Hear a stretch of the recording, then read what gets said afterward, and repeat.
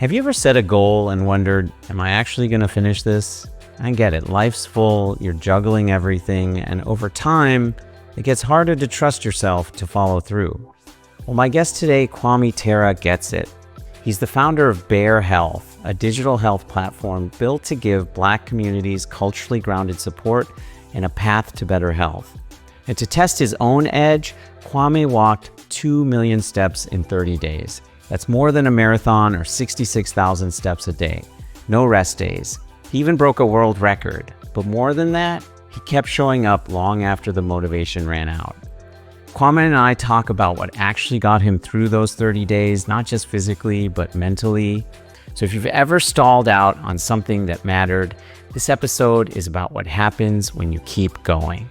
So let's do the show. Welcome back to the Health Feast. Kwame Terra, you have this nickname, the Big Stepper. Mm-hmm. Is that right? That is true.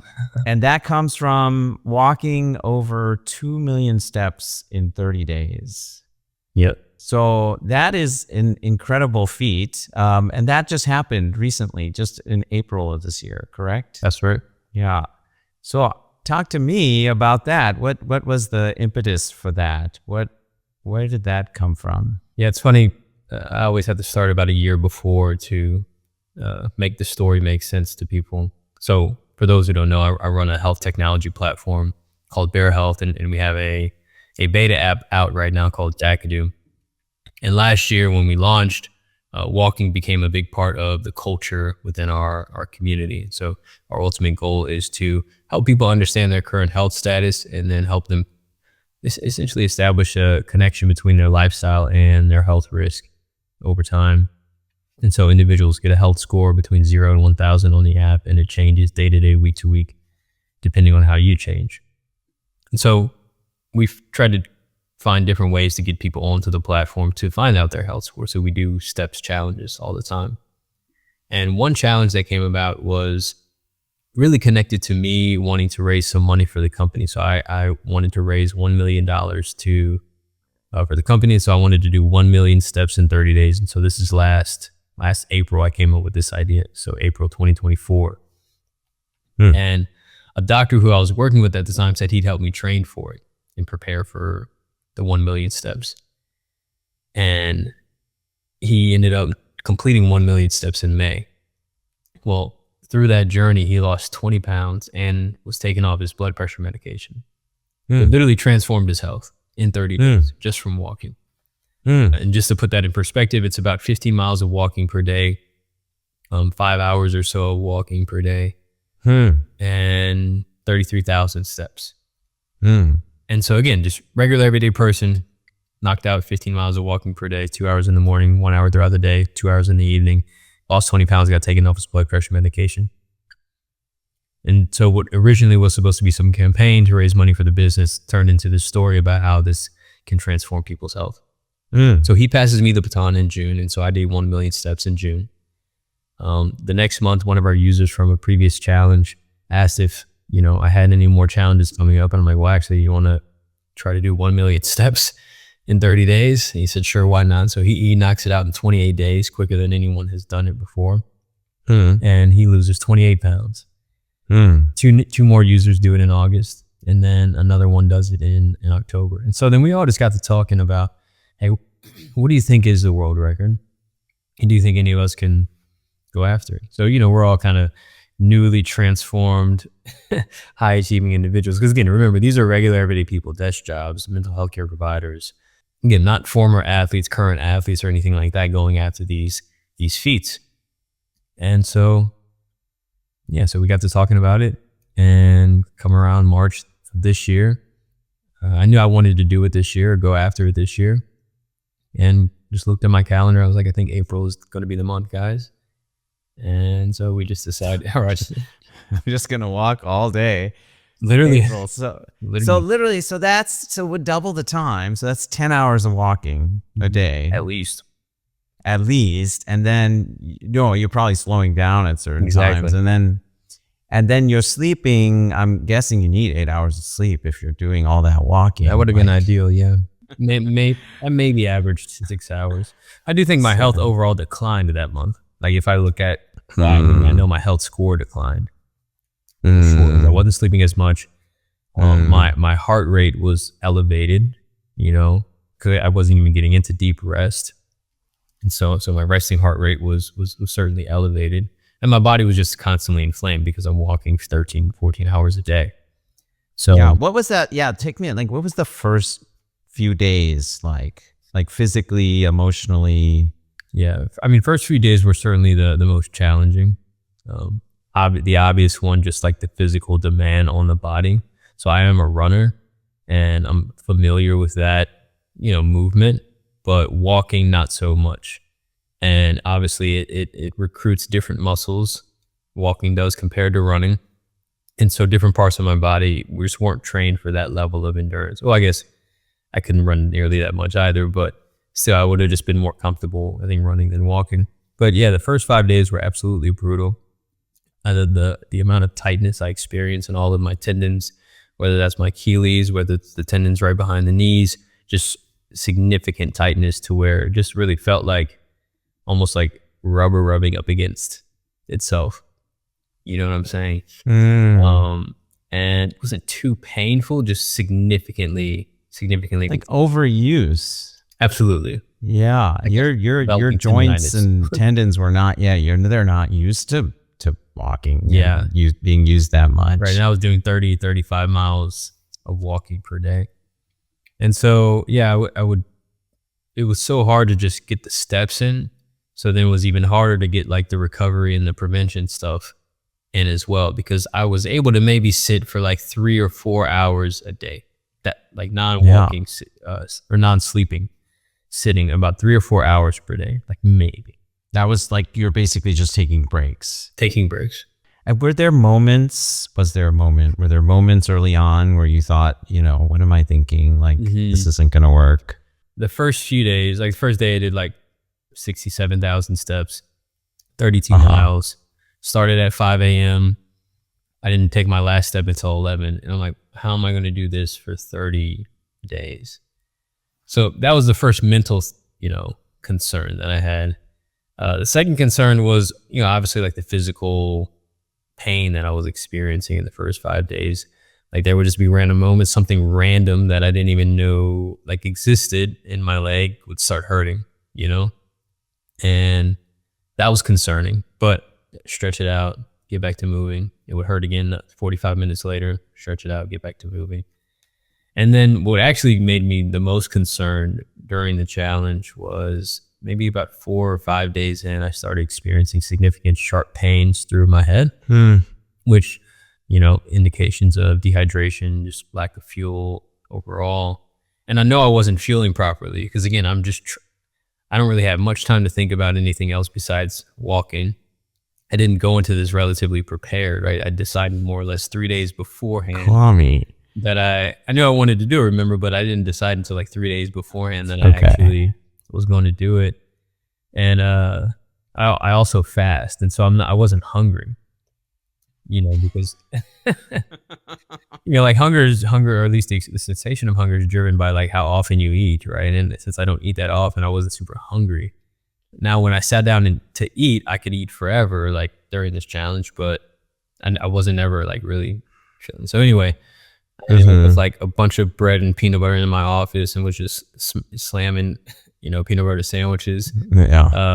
People started bringing me food, bringing me hydration stuff. And so, yeah, that actually did concern me, because there was one point I was just like laying down in bed and still experiencing the sharp pains. And I was like, okay, you know, I want to do this, but you know, what am I putting at risk?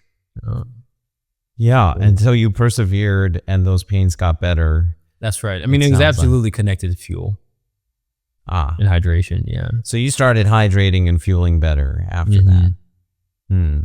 Yeah. So who or what were you carrying in your mind as you walked? Yeah. I mean, the first 5 to 10, maybe say first 15 days, I was working.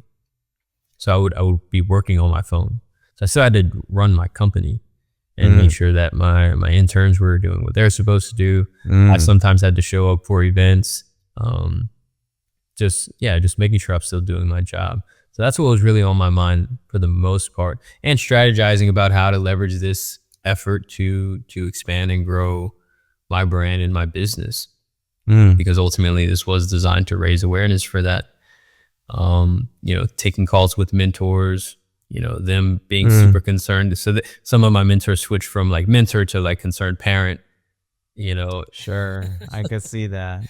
because on the, I was Are also, you taking care of yourself? And then you're telling them like, oh, I've been getting all these pains. And they're like, what are you doing? yeah.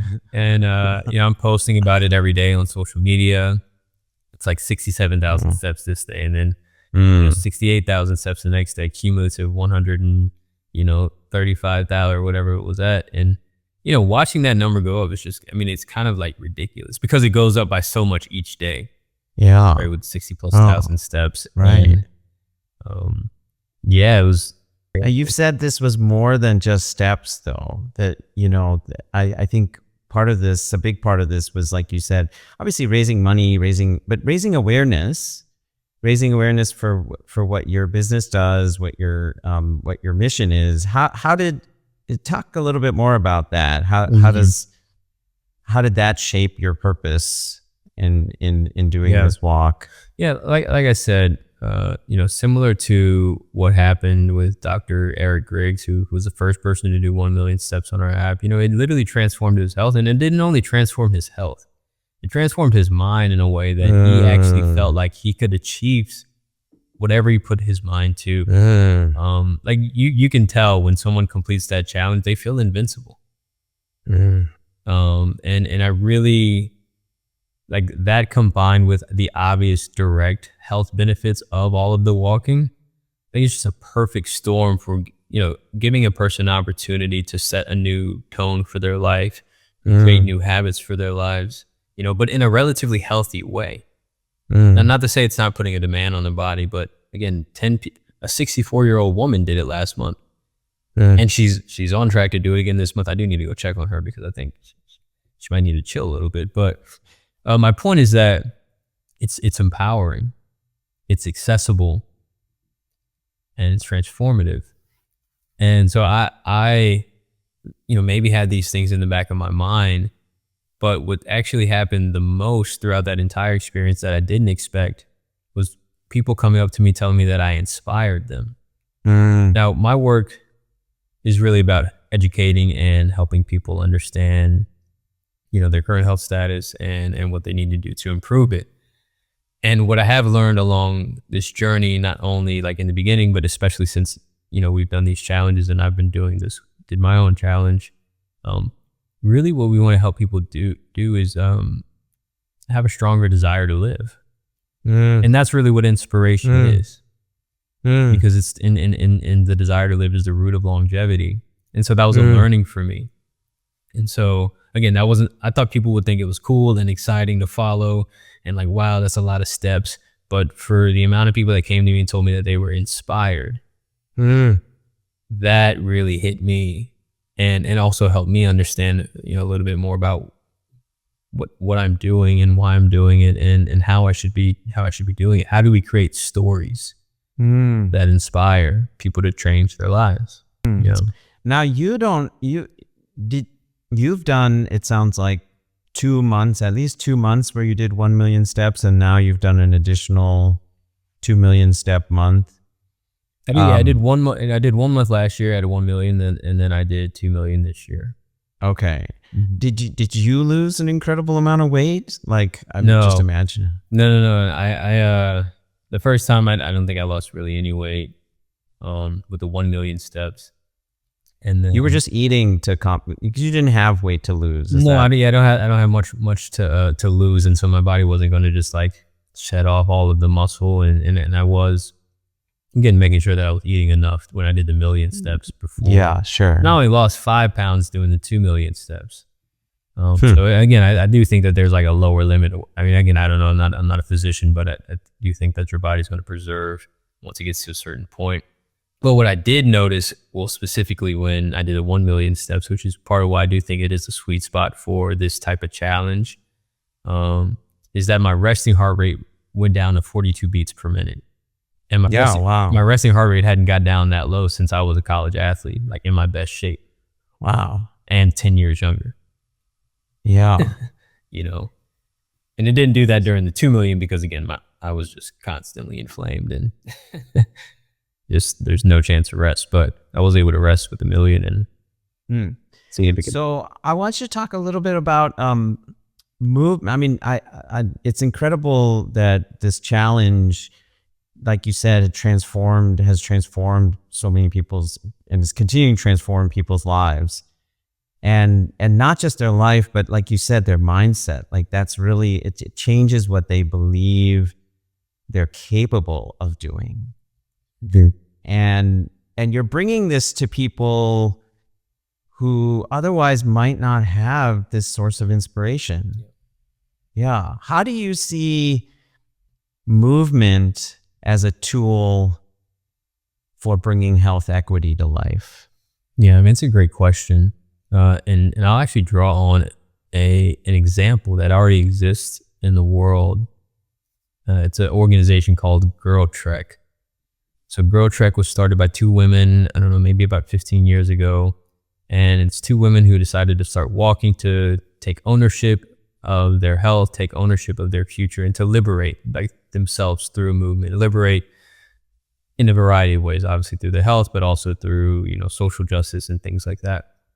And so they just started walking, and eventually they developed a goal to get 1 million Black women to take a pledge to walk toward better health and justice for Black women. And they achieved that goal about 10 years later. I think it was about 10 years, they reached 1 million pledges to walk.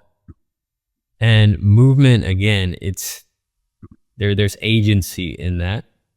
Right. That's one thing, again, within most of our controls, is to be able to walk. And then when you walk, you can be in community and you can talk about solving problems. And again, but being in motion, right? Something is going to happen when you're in motion. I think a lot of us are stuck and don't act for a variety of reasons, because whether it's because we don't have certainty that what we're doing is going to lead to the outcome that we want, or we don't even know which way to go, right? And then so we develop this anxiety. And an animal that doesn't have a clear direction will prepare for everything. And so then that's why we're so anxious as human beings in part. And so movement, just as a practice in general, even if there isn't clarity on where you're trying to go, just the process of moving and then getting feedback from reality to help you then define or identify and then refine a target or direction is a powerful message. Like, part of why I decided to go after this 2 million challenge this year at that time is because we had actually just lost some money. We had just lost a grant that we were expecting at the beginning of the year. And so that put us in a tough situation. Now, typically when tough situations come about, you freeze. And that's fair, because you're just like, we just got hit with a brick, and this is putting us in a very defensive position. So, instead of walloping in my sorrows and sitting in the office and just kind of stressing, I started walking. You got to move. That's just what you're saying. You got to move. You got to move. You have to create energy. You have to keep it going, and then something is going to happen. Something is going to happen, and then hopefully that something is pointing you in the direction toward what you want to achieve, and then you refine it based on the feedback that you get from reality. I think it's important that people get feedback from reality, and you only really get feedback from reality when you are engaging with reality, not when you're just sitting in your head, right? In the startup space, we call this customer discovery, where it's you will learn more by putting the most basic iteration of your idea in front of people than you will taking 2 years to design what you think is the greatest solution in the world. You know what I'm saying? And so one person talks to 200 people in a year and gets to a certain idea, and you spent a year coming up with an idea, but you don't really even know anything because these are just the ideas going between your mind. That's right. And so That's right. again, similarly, like just stay in motion. Like there's something, again, and this is maybe spiritual, metaphysical, but there's something to that. Well, you mentioned spiritual. I imagine it's sounding like, especially for individuals who go through the 1 million step challenge, like it's a spiritual experience for them as well. Yeah. Yeah. And that's part, that's part of who we are. And it needs to be a part of individuals' health journeys. Because again, we're kind of stuck in these patterns that we're in, and we need something to break pattern. Now, sometimes it's a traumatic event, or that's usually the way that people can break or tend to break pattern. Maybe they had a heart attack, or they had a stroke, or a family member had a heart attack, had a stroke. But like, can it be a more health promoting indicator? Can it be a more health promoting event that leads to this sort of reset, pattern breaking, so that we are more in control of as well, right? Because choosing to take on this challenge versus being like suffering from a heart attack, like that's involuntary. You're a victim of that. You know what I'm saying? And so yeah, a different part of your brain is engaged in that anyway. And so yeah, I think it's really powerful, and I'm learning a lot through our conversation on how valuable it is. And I've been thinking about it a lot over the past month, like creating this to be one of those challenges, those challenges that people, like a 75 hard or right, things like that. And I think that this one actually probably has more potential to scale because it's less moving parts, for one. Right. 75 hard, you got to do this, and this for 75 days. Yeah. This one's a shorter challenge. It's more accessible because it's walking. Yeah. We already have evidence that regular everyday people can do this and have significant results. Maybe we add like an additional component where like you have to come up with the ideal life for yourself, like in addition to doing your steps. Like you have to come up with a vision for your life, or something that we know is really important for. Oh no, actually I remember what it was. Similar to the beginning of our conversation, we want people to want to live. That's right. How do we foster the desire to live? And so we ask people what makes life worth living, or what would make life worth living. They have to answer that question, and they have to complete their steps. And then from there, we just kind of bring them into our community around other folks. And so, we definitely need to do that. I just want to say that really, really resonates with me. I when I talk about health, I always bring it back to like, well, what does good health give you? And it gives you the life that you want to live. It gives you ease in your life, and it brings you the experiences in your life that you want to have. And in healthcare, we get so like bogged down by like numbers, but I really love that you're bringing it back to like, why are we doing this anyway? It's because I want to love my life. Yep. Yeah. And most of us aren't having a great time. Most of us are not having a great time. Yeah, that's true. That's unfortunate. The suffering. Yeah. Tell me, how is your own journey and your own background? And because you talk a little bit more about your own lifestyle and your own background in public health. How has that shaped your vision for health for Black and brown communities? Yeah. So I actually come from a family of runners. So 4 out of the 7 of my parents' children were either collegiate athletes or could have been collegiate athletes, runners. So me, my sister, and my oldest brother ran cross country and track in college. My youngest brother could have, but he decided not to go to college. And so that was kind of, I guess, maybe the foundation, because my dad was pretty strict with us about what we put in our bodies. Like I stopped drinking soda maybe when I was 10 years old, going into middle school, or maybe just before high school, 12 or so.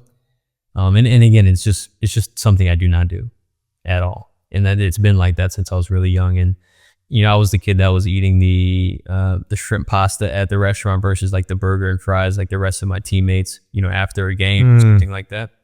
Again, but these were influences from my parents. and also my grandparents. And so I would say that was probably the foundation. But just like any foundation that you have, you go and destroy it because now you're an adult and you decide that you can do whatever you want to do whenever you want to do it. And then it's not until It's the rebellion. Yeah. yeah, and not to say I went too far, off the grain, but yeah, definitely just wasn't as strict early on in college. And about my junior year or so, I went on a bit of a journey, just like a discovery journey of like, why do I do everything that I do? What is the purpose of eating, for example? Okay, it's to nourish the body. Well, what do I need to consume to nourish the body? This, that, and the other. And that was actually the beginning of my plant-based journey. Because I was basically asking myself questions related to need and suffering. What do I need? And what do I need / want? And do any of my needs / wants cause suffering to anything else? Because then therefore it's, and can I get what I need without causing suffering? And so basically it's a meditation on how do I minimize my contribution to undo suffering in the world. I was taking a bunch of like philosophy classes and neuroscience classes at the time. Just kind of like, my mind was being open but to all of these new perspectives. And so I just had a lot of questions. And so that's actually, again, what started my plant-based journey. And I was like, okay, well, this is what I need to survive and thrive. I need plants. I need them, right? But I don't need animals. Yeah. And it seems like they would prefer if we didn't raise and kill them. Yeah. Again, that's just my guess. It seems like they prefer that. And so that's kind of what started. And then ultimately I learned a lot more about the industry and everything. And then I was like, okay, well, yeah, definitely don't want to support that. They definitely would prefer not to go through that. Yeah. Like that's pretty bad. And That's very so, bad. yeah, then in 2015 or so, I decided to go plant-based. That was about 10 years ago now. And started traveling, going to different conferences, again, to reinforce, what I want to become, because your environment is very powerful. Right. When it comes to influencing what you do. And, when I graduated from college and I would go back home and, I'm back now with all of my friends from high school who know me one way. They're like, oh, he eats vegan now? What does that even mean? And then now, but then now when we go out, it's like nobody's really considering it. No, when we, are ordering food in at a party, no one's really considering it. So it's hard. And so, I wasn't perfect as a vegan in the beginning of the journey. And I don't think I don't think anyone has ever been. Unless that's the way they absolutely grew up, as a kid. Right. But yeah, that was, so I was intentionally surrounding myself with more people who, shared that perspective as it related to eating. And, it was really, I think I was on more or less like an influencer journey where I was eventually going to be doing content related to things I was learning, sharing my thoughts on these things. And, I kind of started that a bit, but during the COVID, or at the beginning of the COVID-19 pandemic, that's when I started thinking about everything that I was learning more for other people, as opposed to just maximizing my own potential. And I actually received received a text from my aunt, who's a physician assistant in Dallas. And she said, hey, Kwame, I think this would be a great time for you to kick off your healthy eating initiative again. And she's talking about the plant-based diet, specifically for the Black community, because if we're looking at who's suffering the most from the COVID-19 pandemic, it's us. And I just think that all of these conditions are preventable, and we know that they're preventable. It's just our community doesn't really know, and we're not drawing the connection between our lifestyle and these outcomes. And so that's actually the seed of Bear Health. That message from my aunt was when I decided to come up with this idea. And my first thought was that we don't know how bad we're doing as it relates to our like, again, we know we're not doing as good as we could, but we aren't, again, drawing that connection between our lifestyles and the short and long-term implications that has on our health. And so I wanted to communicate that clearly. And that's where I came up with the idea of the health support. So I just am curious about your grandparents having these like values. Where did that come from? So actually my grandparents are a bit unique because I was born here in New Orleans, Louisiana. And so if you know anything about New Orleans and food, it's like, beignets, barbecue, and exactly. I know all of the healthiest foods in the world, right? Yeah. And so, but my grandparents grew up in that culture, right? So again, all of these foods that we know are causing elevated rates of certain diseases. But my grandfather, I don't remember exactly how old they were, but like relatively younger parents, because my mom was, I think she was 6 or 7 or something like that when around this time, when they actually decided to leave the church and join the Nation of Islam. Okay. So again, so complete religion switch. Yeah. Nation of Islam is a different sect within Islam, which is more, it's like a combination of black empowerment and Sure. Islam. And so my grandfather, he grew up, again in Catholic Louisiana, and he'd be next to there'd be the black altar boy section and the white altar boy section, and they're all praying to white Jesus, and he actually believed that white was superior, like based on his entire experience as a kid. He believed that white was superior, and it wasn't until he was introduced to the Nation of Islam that he even felt like black was powerful, black was beautiful, and that's ultimately what drew him to the Nation of Islam. The beliefs are the beliefs, and they don't differ much, but yeah, it was really about feeling seen, right? And part, some of the practices of Islam are just, eat a bit healthier, for one. Yeah. No pork. Right. And that's actually where I think his journey began as it relates to eating healthy.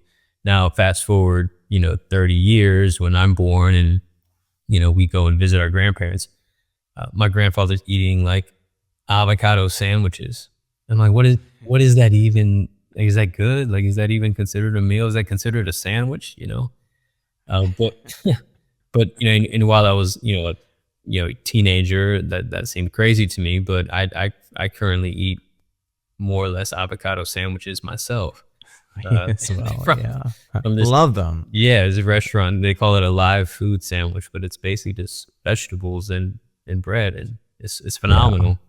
This one in particular, but yeah, here I am doing the same thing years ago. But yeah, that was his journey, and he's 87 years old, doesn't have a single chronic health condition.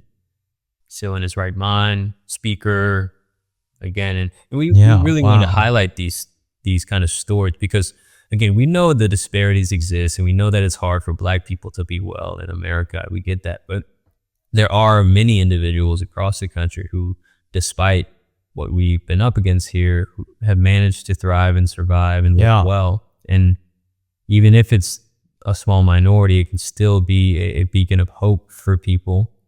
And a model for people to practice. I imagine there's like, as you're saying that, I imagine there's like myths that you feel like people have about health, maybe health in Black communities. Like what do you want to most challenge? Man, that's a big question. And I used to want to kind of, I guess you could say, wiggle my way into the conversation or wiggle my way through the conversation, but I've become a bit more candid about it now. One, because the problem is becoming increasingly emergent.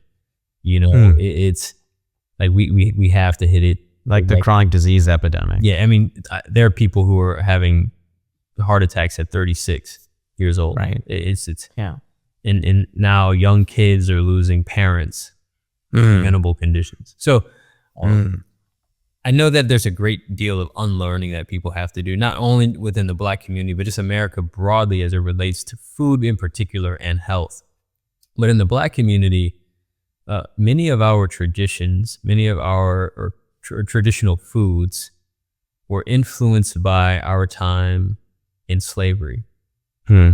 So many of the food that we ate during slavery was typically the scraps of the animals, right? And we made do with that, and we took some of our African traditions and combined it with the traditions of what we had to deal with in slavery. And again, that was the time, and that was what we had to do. Right. Those are no longer the conditions, but we've carried on the traditions.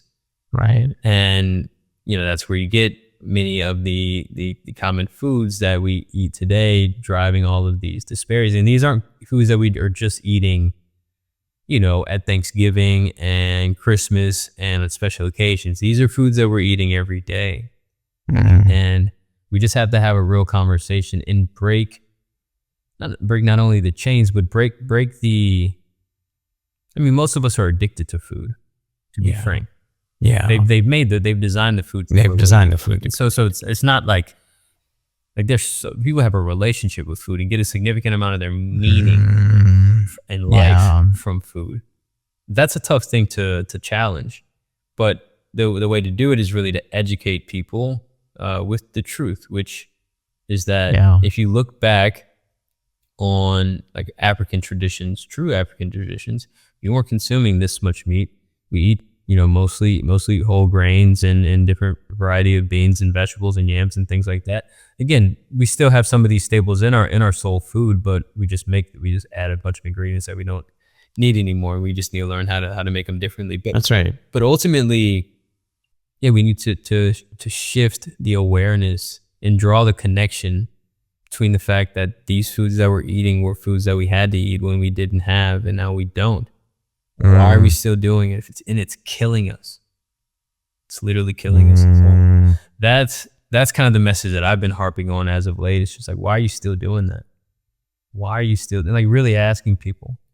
And then, but at the same time, we have to provide that wraparound environmental solution, because you can't just tell someone you shouldn't eat that way and then leave them to figure out how to eat on their own, or even give them a manual, because now there's this additional thinking that they have to do and learning that they have to do. So it's, two things have to happen at the same time. And that's really what the solution of Bear Health is about. So we're more than just a health app that provides lifestyle coaching, right? Simultaneously, we're going to be elevating the environments of people so that as they become aware, they have a community or an experience or an environment that they can step into that makes it easy for them to make the switch, right? How do we prepare healthy plant-based meals, make them easy and accessible for people? Because we're telling them that they need to eat plant-based, for example. Or how do we make activity or movement more accessible? Okay, just tell someone to go take 10,000 steps a day. That's boring, and maybe they do it for a week.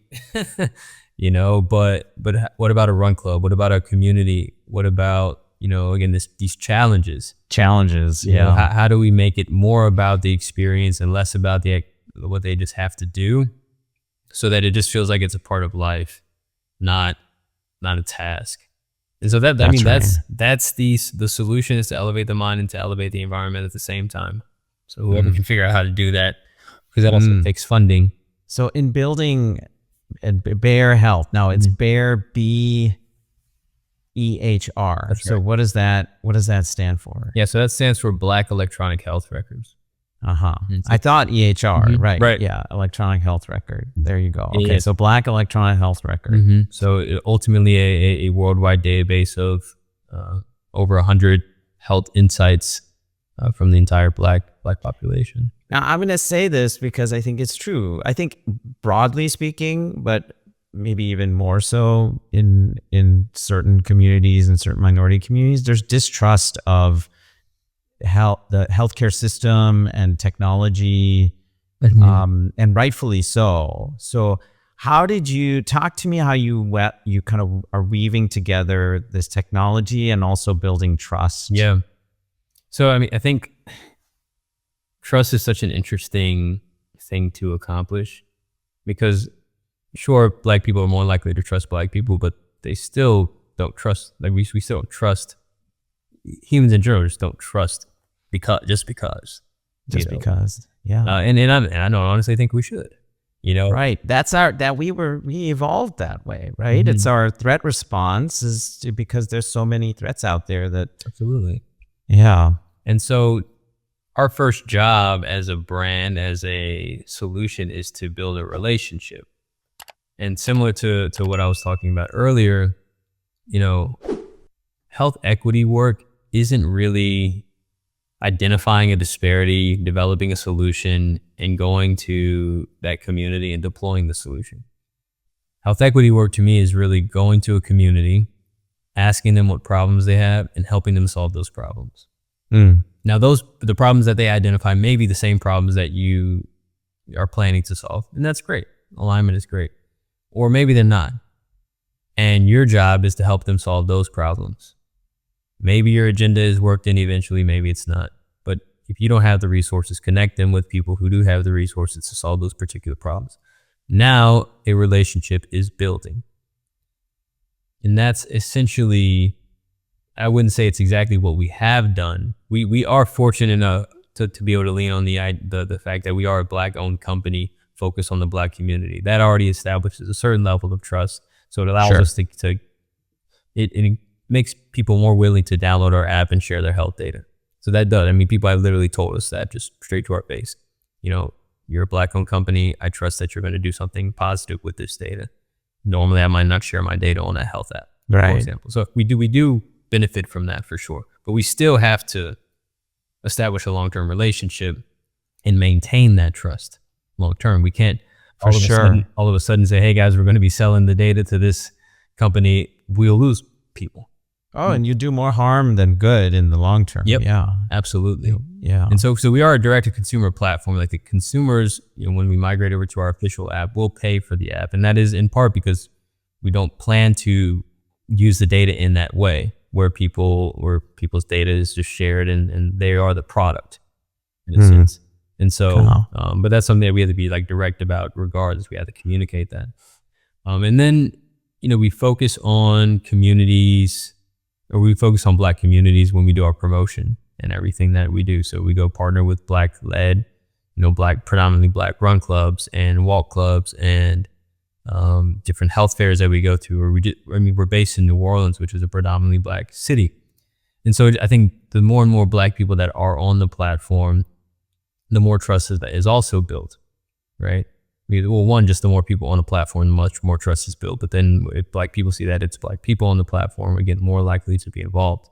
Yeah. And then additionally, the final thing that we're really building is the community, because there's so many solutions and resources within community. And I'm witnessing it with the run club that I have built. It just, this doesn't exist in the world right now. A village. The internet, social media took it away. It certainly did. And but people are still starving for it. And what our solution, or what my solution is becoming, because remember, I'm trying to solve the health problem. I'm not trying to build a technology company. We need technology, I believe, to track changes in health, because we can't improve what we aren't measuring. We do need to know that we're measuring, or that we're improving or not. But our solution isn't to make this health app the solution. Again, that would be against everything that I'm suggesting as best practices for developing health equity solutions. I've spent a lot of time in the community trying to solve this particular problem over the past year and a half. And what I learned is that people are mostly looking for community, a village. And when people have objectives related to their health, if they have a community or an environment that essentially promotes that, or they just naturally become that as a part of being around these people, that's a way more effective solution than saying go take 10,000 steps a day. Yeah. Way more effective. Way more effective. And so that's essentially what we are doing now. So I'm sure you've seen like run clubs and walk clubs and stuff like that pop up throughout the country. Yeah. And we're essentially going to be starting our own. So we are going to be more or less a community wellness brand. But what's going to be different is that we have an app, and we're opening up a space here in New Orleans and eventually nationwide. We're calling these spaces Bear Connect, Find Your Community. And cool. At Bear Connect, it'll be coffee shop by day, wellness by night. So come work, study, read, whatever. Again, all with people who are within the platform. Yeah. And on some sort of health journey. In order to get into the space or get into our events, you have to be on the app. Your app is the app is your passport to our experience. So that way we are measuring and tracking health changes, but it's more of a background feature, right? It's just a tool that you use to access everything that we're doing. But the focus is these wellness events or these wellness environments that we're curating for people. And so we'll host all of the large run walk events and all that stuff too. But You just have to make sure that you're on the app to be a part of it. And how are kind of your users' voices guiding your design? Like, can you give an example where feedback from somebody on the platform has directly shaped? Yeah, absolutely. I mean, I can share one direct example of more of like a co-creation. Sure. We have a wall in the office, in the Bear Health office, called like our wall of positivity. And I ask people to leave a note on the wall anytime that they enter, and they have to, something encouraging, something to let, something that they would want to hear if they were ever struggling. It's a wall that I look at whenever things are challenging here at Bear. Well, we recently started sending push notifications every morning and evening to the app for just like morning motivation, evening reflection, what have you.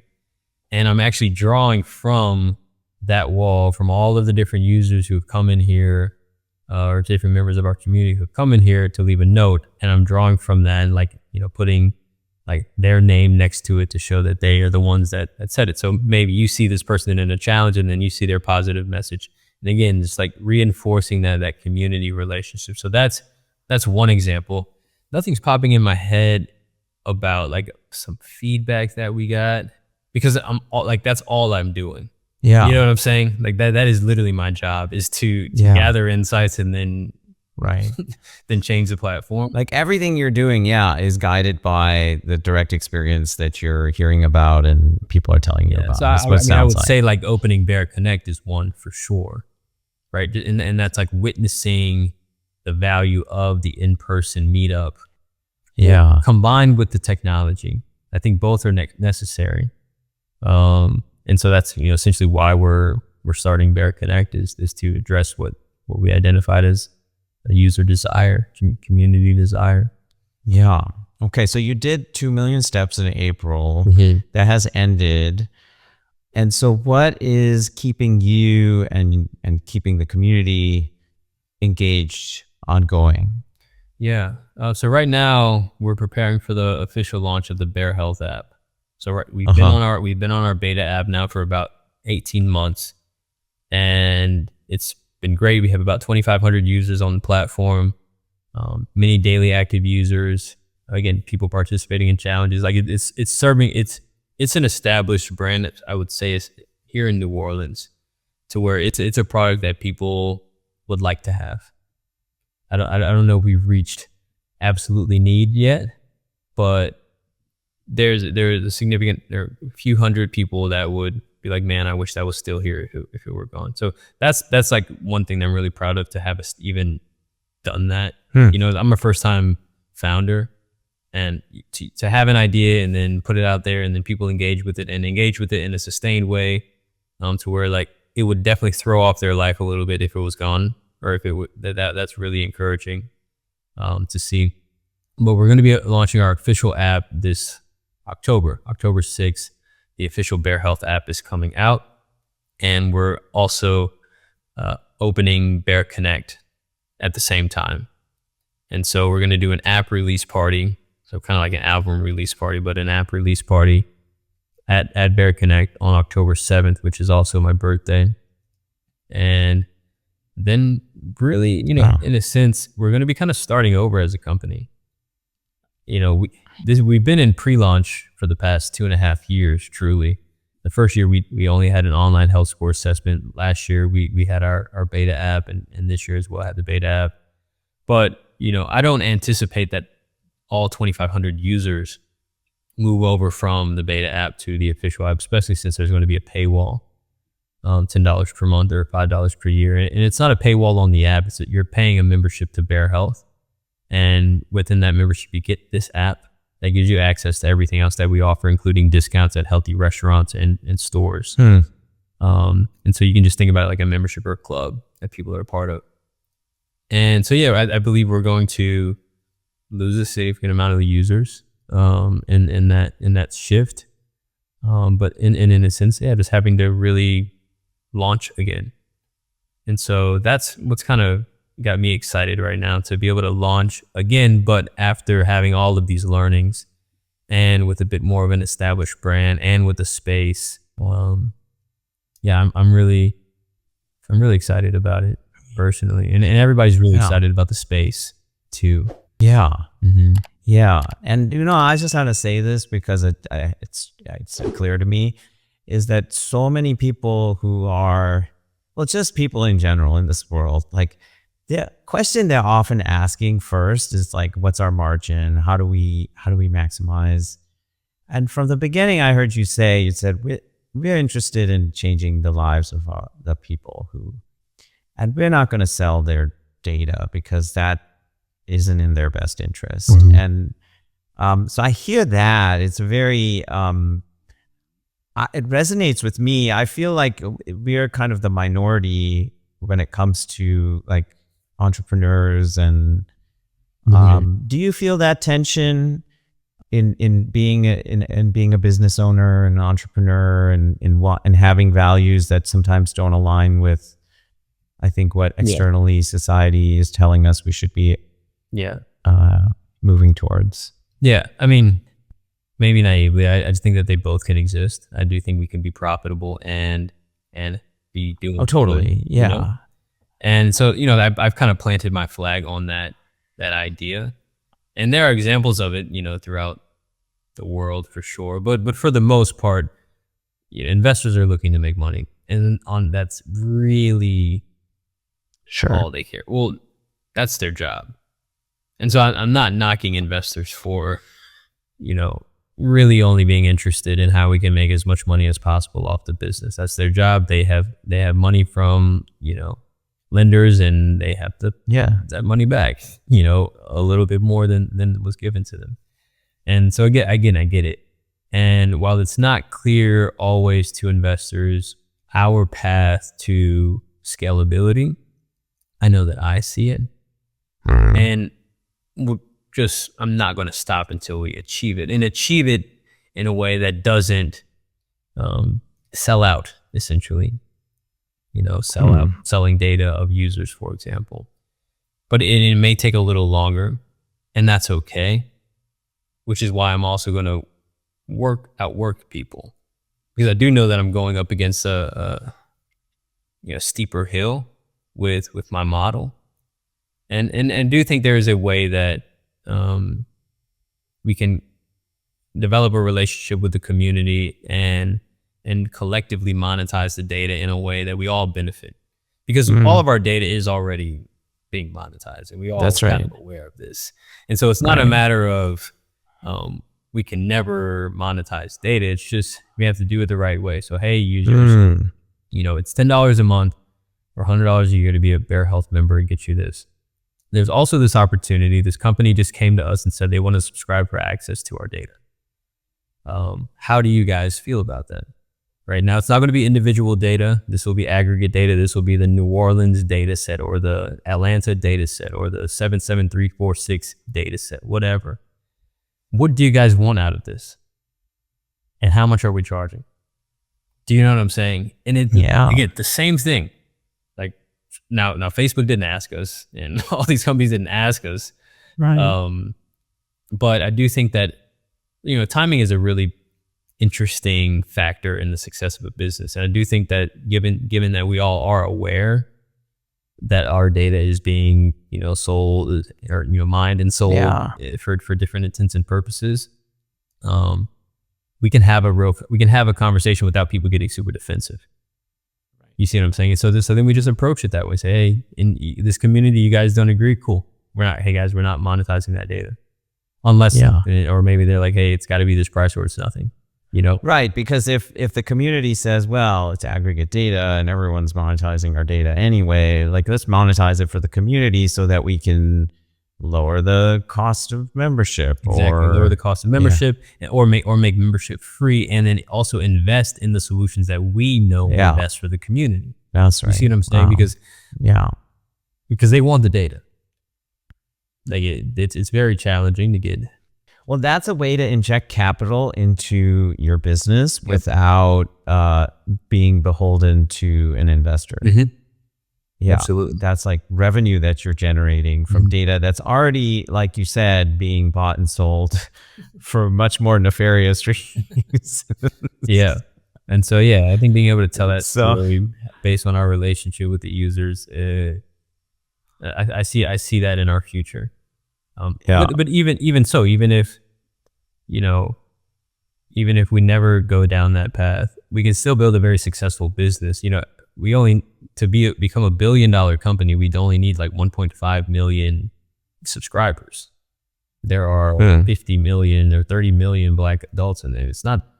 We can build a successful business. Now, my goal though isn't to build an app that some people use because they think it'll be, you know, good for their health, or their favorite influencer uses it. This is, you know, Bear Black electronic health record. I want this to be endemic to the Black community, and to achieve my goal of essentially closing that life expectancy gap, I need to know what's going on in all Black communities. And so on some level, we are going to have to figure out a way to fund and sustain the business, whether that's through renegotiating our technology partnership with our developers, or again, monetizing the aggregate data so that it can be available and accessible to children, older people, underserved people, you know, that are also part of our community. And maybe those who are, you know, ready and willing to spend money on health are the people who lead the way and get us established.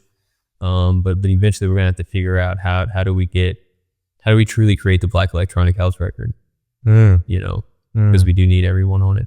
Yeah, I hear that.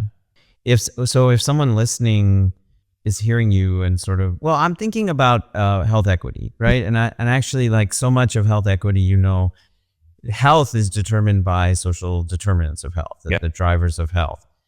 And so that's access to nutritious food.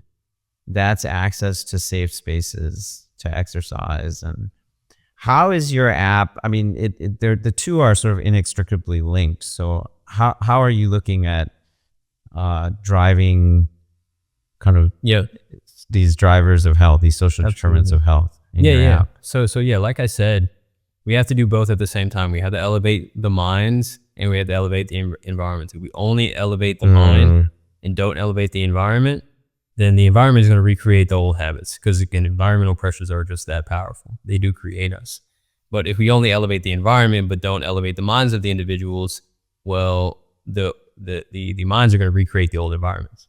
Or we've seen this happen when you put you know, people who are accustomed to living a certain way in certain in maybe better living environments, they start to degrade, and because they don't couple it with, you know, personal development and things like that, you know. So both have to happen at the same time, and that is ultimately what makes us a health equity solution, is that we'll be leveraging these user health insights, these real-time health reports, and identifying, okay, everybody in New Orleans, for example, let's say everybody in New Orleans is taking on average 3,000 steps a day. Everyone in Atlanta is taking 7,000 steps a day. I'm just making numbers up. You know, they have the same demographics, right? Same income levels, same education, but this community is walking 4,000 more steps per day. Why? Let's go find out. There may be a clear infrastructure difference, for example. And now we have the data, and then we can also go and test. Okay, let's go see if we deploy this type of infrastructure in this part of the New Orleans community, see if it affects the total number of steps that community is taking. And the coolest part about it is that we get to see that in relative real time. See, typically we're waiting months, years for, you know, to evaluate the impact of an intervention. But now we can see month over month, really week to week.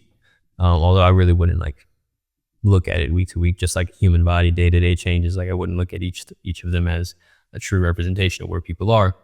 But you know, we've seen significant dips from one month to the next over the past 8 months since we've been tracking the health score report, where from November to December we saw a 9 million drop in total steps.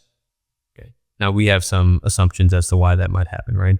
December, traveling, vacation, family time, holidays, all of that stuff, right? But we saw it, and it's, you know, super significant. But then the next month it jumped up again. Now we're in January, everybody's getting back active. We saw another dip in May. That wasn't something I was anticipating, but again, we can make assumptions about why that was, and then most importantly, we go talk to the users and ask them, hey, we noticed you didn't take as many steps this month, or hey, community, we noticed we didn't take as many steps this month. What do you think cause you to take Oh, fewer that's steps. cool. You know what I'm saying? That's cool. And Yeah. and then we just build the solutions based on what the community needs. Did you see an uptick in April when you were doing your 2 million steps? Only by like 2%. And I think they were like all Okay. my steps. You know, just Okay. Okay, uh, but you didn't see that drop off. So, no drop off. yeah. Okay, Kwame, I ask everyone this question at the end. So you're at our health feast, but we're having a larger proverbial health feast, and everyone's bringing their mindset tip or life philosophy. So what is Kwame Terra bringing to the health feast? Man. Yeah, so I think at least right now, this is what's top of mind for me. The definition of public health is the art and science of prolonging life. I don't know if you'd heard that term before. I didn't know it until a couple of years ago. And I really like that definition. I think it sounds cool to me, right? Art and science of prolonging life. Or you get to get creative with it. But as I spent more time with that definition, something started kind of going off in my mind that indicated to me that the definition was on some level incomplete, because we can prolong life for a while now. We can keep sick people alive for a long time, but is that really prolonging life, or is that the life we want to prolong? And what I realized is that it was missing more or less a mental health component. Again, we talked about it at the beginning. So what I think the definition of public health should be is to prolong the desire to live, the art and science of prolonging the desire to live. Because again, the root of longevity is, the desire to live is the root of longevity. And how do we set up society? How do we structure environments such that people want to be here as long as they possibly can, not to miss out on the experience? That's when we'll know we've got it right. That's when we'll know we've, to me, made it. Because that's not like a destination. That's this ongoing desire, love, if you will. I think that would be what love is. To want to be here no longer for as long as you possibly can, not to miss out on the experience. And that's my objective. And that's why I really liked that my challenge inspired people. Because when you're inspired, it means that you want to live. You feel like life is more worth living. You're more likely to engage in things without needing any motivation. That's my life philosophy, I think. I don't know if that's my life philosophy, but that's my mission. That's beautiful. Thank you. Thank you for sharing that. It comes clear in everything you've shared and all the work you're doing. If people want to learn more about what you're doing or connect with you through your online presence, where can they find you? We'll put all these links in our show notes. Yeah, sure. You can download our app, Google Play or App Store. Download our beta app. It's called Dacadoo, DACADOO, and use access code. Let's see. Do we want to use? Let's do the Health Feast. All lowercase, all one word, or all caps, all one word. I'll create those here in a second. And complete your initial health score assessment, join a challenge, connect a tracker, and become a part of our community. And you don't have to be Black to be a part of the community, for the record. And so, just in case people were wondering that, the Bear Health app and the concept of the health score has more further reaching potential outside of the Black community than like the Bear Health, the company who's interested in solving this particular problem. So I imagine there may be a day for a general app, and then there's just like the Bear Health community separately. I could see that in the future. So anyone can be on the platform.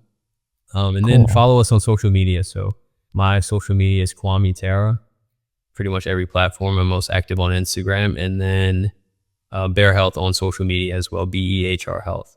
And our official app again comes out October 6th as of right now. But again, tech can change. Yeah, that's right. That's the plan, is October 6th right now. It will be $10 per month or $100 per year to be a part of the Bear Health community. But again, all of this contributing to supporting our mission and also getting you access to discounts and events and experiences and, transforming your health. Cool, man. Oh, that's really I'm feeling inspired by all the Good. things you're doing, the energy you're bringing into this world, and yeah, man, it's just good for the world what you're doing. So I feel that. I appreciate that. Appreciate it. Okay, Kwame, we do a requisite fist bump. Oh, nice. To the camera. That's and cool. I've never done. To all my listeners, thank you for being here again. Appreciate your reviews on Apple Podcasts. We're getting more reviews, and that's how people find out about us. So it's how you can support the show is by reviewing us and sharing your favorite episodes. Until next time, we will see you back here. Live well and rock on.